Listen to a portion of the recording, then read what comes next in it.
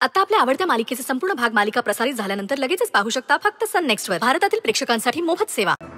आणि किचन मध्ये जा आणि माझ्यासाठी खमंग आणि खुसखुशीत छान थालीपीठ बनवून घेऊन ये.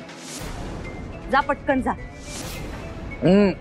संजिता, चहा सोबत जरा बिस्किट छान. माझा नाश्ता कुठे आहे? मला कामावर जायचंय. Enough is enough. बस.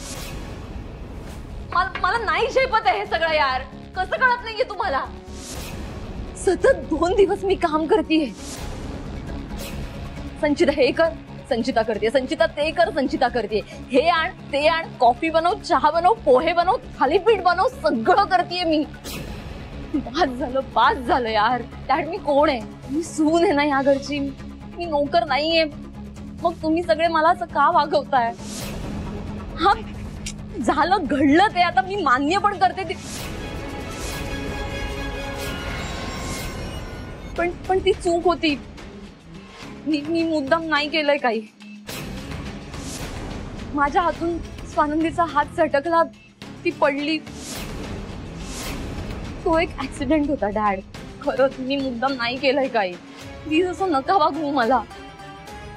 आणि हे चुका माणसांकडूनच होतात ना. कुणी परफेक्ट नसतं डॅड. मला सांगा, इथे आहे का कुणी परफेक्ट? हा आहे का? प्लीज मी हात जोडते तुमच्या समोर. प्लीज सगळ्या नोकरांना बोलवा आता. नाही सहन होतं डॅड मला हे सगळं. मी नोकर नाहीये, सून आहे मी या घरची. संचिता, सून आहेस ना तू? सुनेसारखी वाघ. सरपोतदारांच्या घरात सासऱ्यावर वरच्या आवाजात कोणी बोलत नाही, तेव्हा तुझा आवाज खाली कर. दुसरी गोष्ट म्हणजे स्वतःचा मान स्वतः राखायला शिक. सरपोतदारांची सून आहेस ना, मग स्वानंदीच्या मागे का लागतेस तू सारखी सारखी? वाटेल ते तिला बोलत असतेस, वाटेल ती कामं करायला सांगत असतेस. तुझ्यामुळे स्वानंदीचा अपघात झाला आणि ती हॉस्पिटलमध्ये गेली. तर तिची कामं एक दिवस तुझ्यावर आली तर तुला इतका त्रास व्हायला लागला. सरपोतदारांची सून आहेस ना, मग स्वतःचा आब राखायला शिक आणि श्रमिकांचा आदर करायला शिक. तुला एक दिवस ज्या कामानं दमवलं त्यापेक्षा जास्त कामं स्वानंदी या घरामध्ये रोज करत असते. या घराच्या सुनेसारखी आधी वागायला शिक, मग तुला आदर नक्की मिळेल.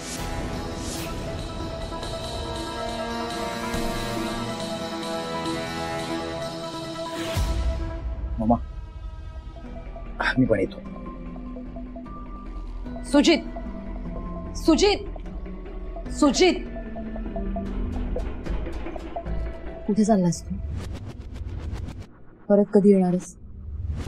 आणि कुणाला भेटायला चाललास? मी काहीतरी विचारतो. संचिता, काल रात्री तुला काय समजावलं मी? तरी तुझी प्रश्न मंजुषा चालूच आहे. नाही थांबू शकत या घरात. फार वेळ मी टेन्शन येतं मला. स्ट्रेस लेवल वाढत जाते माझी. कंट्रोल सुटत जातो स्वतःवरचा.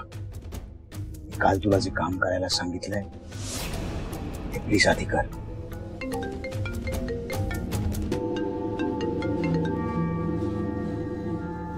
हा, येतोय मी.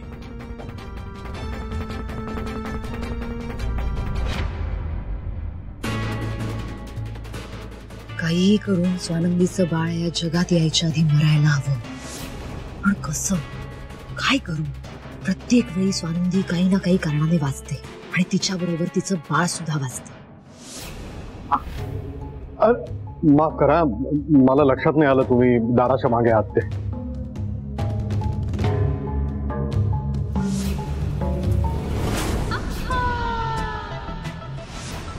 हीच आयडिया बेस्ट आहे. संचिता, चल आवर पटापट.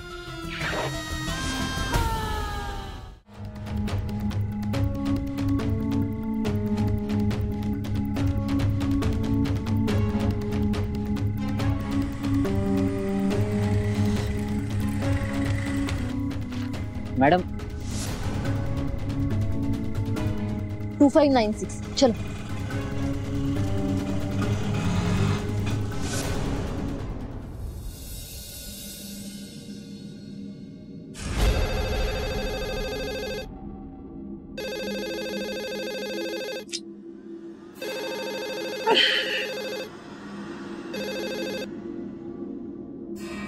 हा हॅलो.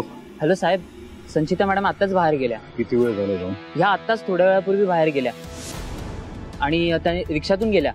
तुम्ही सांगितलं होतं ना की त्या कधी आतमध्ये येतात कधी बाहेर जातात, त्यावर लक्ष ठेवायचं, म्हणून आत्ताच तुम्हाला लगेच कॉल करून कळवलं. पण त्यांनी गाडी नेलेली नाहीये, त्या रिक्षाने गेल्यात. तुला सांगितलं होतं ना की संचिताला घरामधून बाहेर जाऊ द्यायचं नाही म्हणून, आणि तर ते गेल्यानंतर तुम्हाला सांगतोस का? विचारायचं नाही त्याला? साहेब त्यांना खूप चिडलेल्या होत्या ना, म्हणून त्यांची चौकशी केली नाही, आणि नाहीतर त्या माझ्यावर चिडल्या असत्या. संचिता चिडली होती.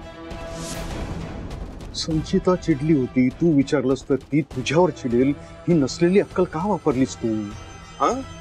ह्याचे पैसे देतो तुला मी? नाही साहेब. हे बघ, ह्याच्या पुढे अशी चूक झाली ना तर मी तुला कामावरनं काढून टाकेन. यापुढे असं नाही होणार, एकदा माफ करा साहेब.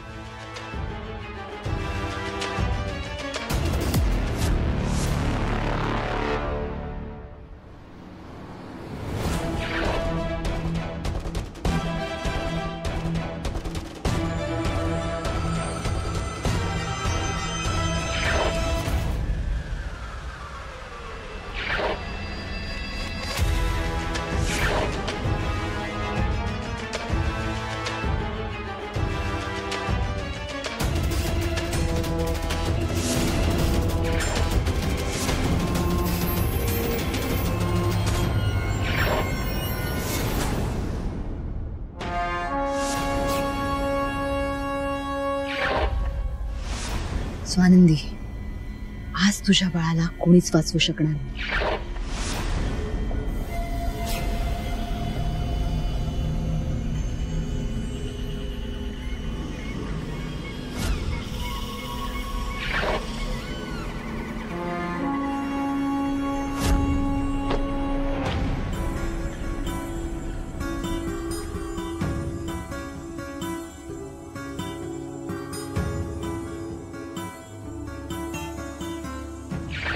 आता इथे नेमकं कोणी टपकायला नको, नाहीतर वाट लागेल माझी. मी सावित्री नाहीये हे कोणी ओळखलं ना तर no no no no no. Sanchita, be positive. असले विचारही नकोत मनात.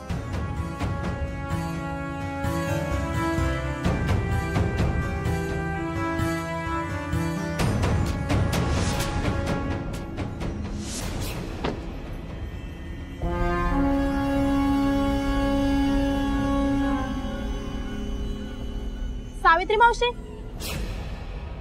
तुम्ही इथे काय करताय? डॉक्टरने वर तुम्हाला ओटी मध्ये बोलवले.